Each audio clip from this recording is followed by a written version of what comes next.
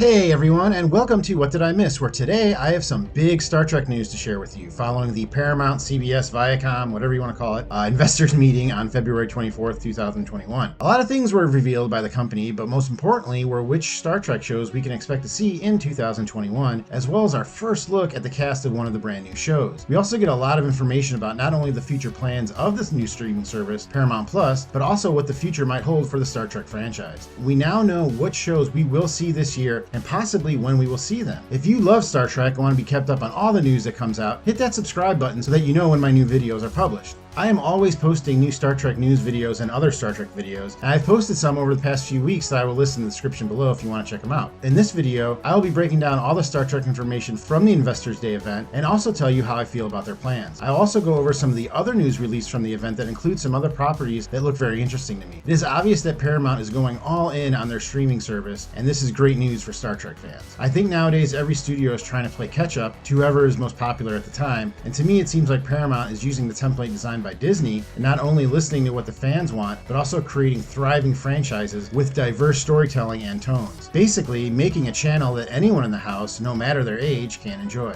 As I go through this, remember, this is always more fun when I hear from you, so let me know in the comments what you think of this news and what show or shows are you most excited for. Okay, so let's get into the February ViacomCBS Paramount Plus Investors Day event. There's a lot to unpack here, so first I'm going to go over the details concerning Star Trek and then let you in on some other cool projects the company is working on as well, as they are releasing movies to the public to compete with services like HBO Max and Hulu. First, the studio confirmed that we will see not one, not two, but three Star Trek series in 2021. They will be the fourth season of Discovery, the second season of Lower Decks, and yes, the first season of the new animated series Prodigy. This show will see the return of Kate Mulgrew as Kathryn Janeway as she mentors a group of lawless teens who find an abandoned ship. Unfortunately, we did not get to see what Kathryn Janeway will look like in animated form, but we did get to see the rest of the crew, and I really like the designs. I get a big Hero 6 vibe from the character designs, and I really like how each character looks so different. The studio has also said that the show will be very much a comedy, and they have already lined up a former guest star from Star Trek The Next Generation to appear. Billy Campbell, who not only is known for playing the Rocketeer, but also Thadian Akona on the second season episode The Outrageous Akona. A little known fact about Campbell is that he was actually the studio's second choice to play Commander Riker, so it was cool to see them bring him back for this new series. Another interesting piece of news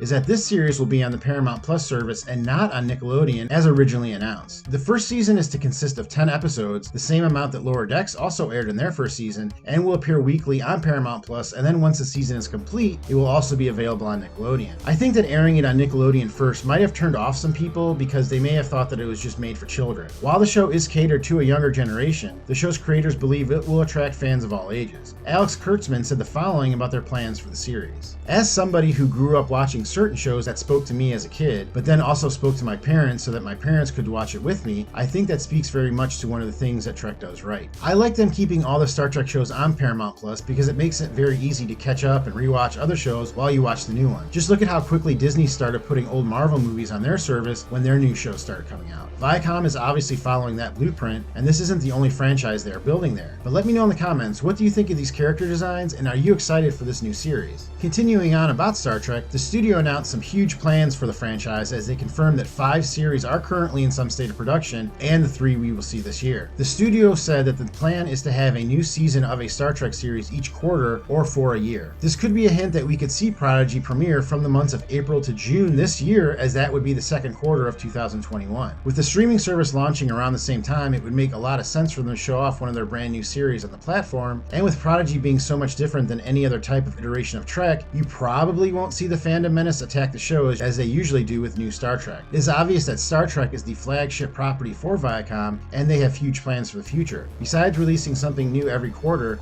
the studio does have plans for even more shows, like the Michelle Yeoh-led Section 31 series. But currently the studio is capping the number of series in production to 5, so if a new series does start, one of the current ones would have to end. My guess is that Picard will not get a third season, given that the actor is now in his 80s, and the character himself has in a way passed on. So the Picard we meet in season 2 might be a lot different than the one we know and love. This also does not bode well for a new Star Trek movie, and I discussed those rumors in a recent video if you would like to see my thoughts on that, but they seem to be confirmed with this news. Another interesting piece of information that was released is that unlike the Disney properties of Marvel and Star Wars, Paramount will not feel the need to have characters cross over and interact with each other on different series. We have already seen this with members of the cast of Star Trek Strange New Worlds appearing on Discovery, and I wouldn't be surprised if in the future we have a few more characters appear that would work into another series, but having one overarching storyline and universe will not be a priority like it is for the MCU. To me, this opens the door for multiple universes and timelines to be a part of the storylines for these series, which really increases the possibilities going forward. The writers on Discovery have stated many times that the main purpose of sending the ship 900 years into the future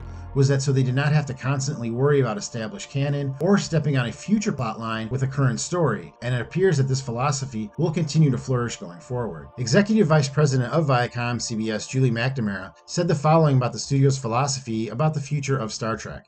We are in discussions about the next phase of the Trek universe beyond those 5 shows that Alex has built. We are invested in growing the universe of Star Trek. That said, it's important to make sure that we are curating this properly. We are always incubating a number of things together and then working out what the right cadence is and what the right next show is. I love that she used the word phase, because that tells me they have plans mapped out for Star Trek that are probably 5 years or more in the future at least, which means that the future of Star Trek is looking very bright. Just as a fan, I love to see a studio put so much behind Star Trek, and this is probably the most popular Star Trek has been since the 1990s. But let me know in the comments, what do you think of these plans, and are you excited for the future of Star Trek? Besides the Star Trek news, the company also released a ton of new projects in the works. The biggest news was that unlike HBO Max, who has been releasing movies in the theaters and at the same time on their streaming service, Paramount Plus will instead release their movies in theaters for 45 days and then have the movie available to watch at home. As long as it is safe to go to movies again, I really like this approach, and I feel that HBO Max may in fact be contributing to the decline of movie theaters with their method. But this all depends on movies being safe to see in person again, and at this time, unfortunately, we are still not there. They also revealed that the price of the service will be $4.99 a month, but there will be a $9.99 a month option that also gives you live sports, news, and live programs.